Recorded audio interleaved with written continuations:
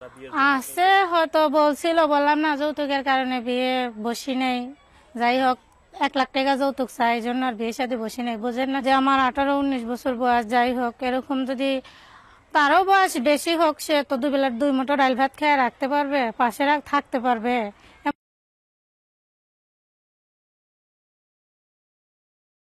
আমার পরিচয়টা, আমি একটা গৃহস্থর মেয়ে। আমার বাবা মা নাই, ভাই আছে ছোট একটা, মাদ্রাসায় পড়ে। বাবা মা নাই, ভাই আছে ছোট একটা। থাকেন কোথায়, বাড়ি কোথায়? এই যে বাড়ি চাঁদপুর। চাঁদপুর। হুম। তো প্রতিবেদনে কেন আসছেন? এই যে প্রতিবেদনে আসছি, কষ্টের পরে তো মানুষ আসে, তাই না? তো ফ্যামিলিতে মা নেই, বাবা নাই, ছোট একটা ভাই আছে। অনেক কষ্ট বড় করছি, তাও বেশি বড় না, 4 বছর বয়স, মাদ্রাসায় থাকে। তো আপনি করেন কি? এই যে বাসা বাড়িতে কাজ করি। মানে প্রতিবেদনে কি চান? প্রতিবেদনে ভালো একটা মনের মানুষ চাই, যে আমার দুঃখ কষ্ট বুঝবে, পাশে থাকবে, অতীত জেনেও।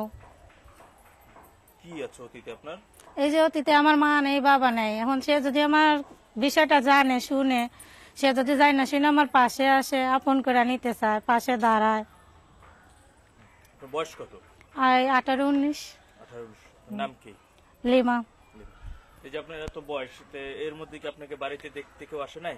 আসছে, যৌতুক চাই, যৌতুকের কারণে বিয়ে শাদী বসি না, বুঝেনি তো। যৌতুকের কারণে বিয়ে শাদী বসে। তো আপনার মা বাবা কি হয়েছে? মা মারা গেছে, বাবা আরেকটা বিয়ে করে নিয়ে গেছে গা। তাই? হুম। আপনার এই যে এতগুলো বয়স, এর মধ্যে আপনার কারোর সাথে সম্পর্ক বা আপনি ওইভাবে আপনার ফ্যামিলি থেকে চাচা মামারা কেউ আছে না, তারা বিয়ে? আছে হয়তো বলছিল, বললাম না যৌতুকের কারণে বিয়ে বসি নেই। যাই হোক, 1 লাখ টাকা যৌতুক চাই, এই জন্য আর বিয়ে শাদী বসি নেই। বুঝেন না, সমর্থ নাই, তাই বিয়ে শাদী বসবো কি করে।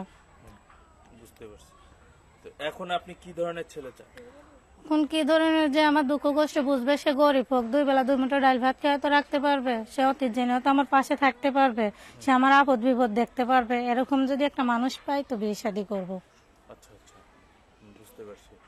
তো সেই ক্ষেত্রে তার বয়স কেমন হতে হবে, বা চাকরিজীবী, ব্যবসায়ী? তার বয়স বয়স দিয়ে কি হবে, সে বয়স্ক হলেও সমস্যা নেই। কারণ আমি যেরকম, যে আমার 18-19 বছর বয়স, যাই হোক, এরকম যদি তারও বয়স বেশি হোক, সে তো 2 বেলার 2 মুঠো ডাল ভাত খেয়ে রাখতে পারবে, পাশে থাকতে পারবে, এমন মানুষ হলে চলবে।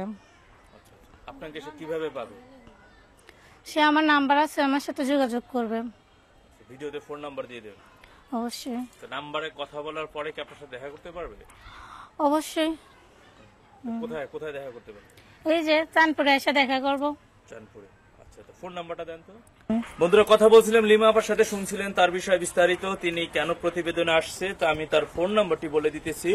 তার ফোন নাম্বার হচ্ছে 017500395। নাম্বারটা আমি আবারও বলতেছি, 0175000395। এই ছিল লিমা আপার ফোন নাম্বার। তারপর আপনার জন্য অনেক দোয়া এবং শুভকামনা রইল। ভালো থাকবেন। হ্যাঁ, আপনারাও ভালো থাকেন ভাইয়া।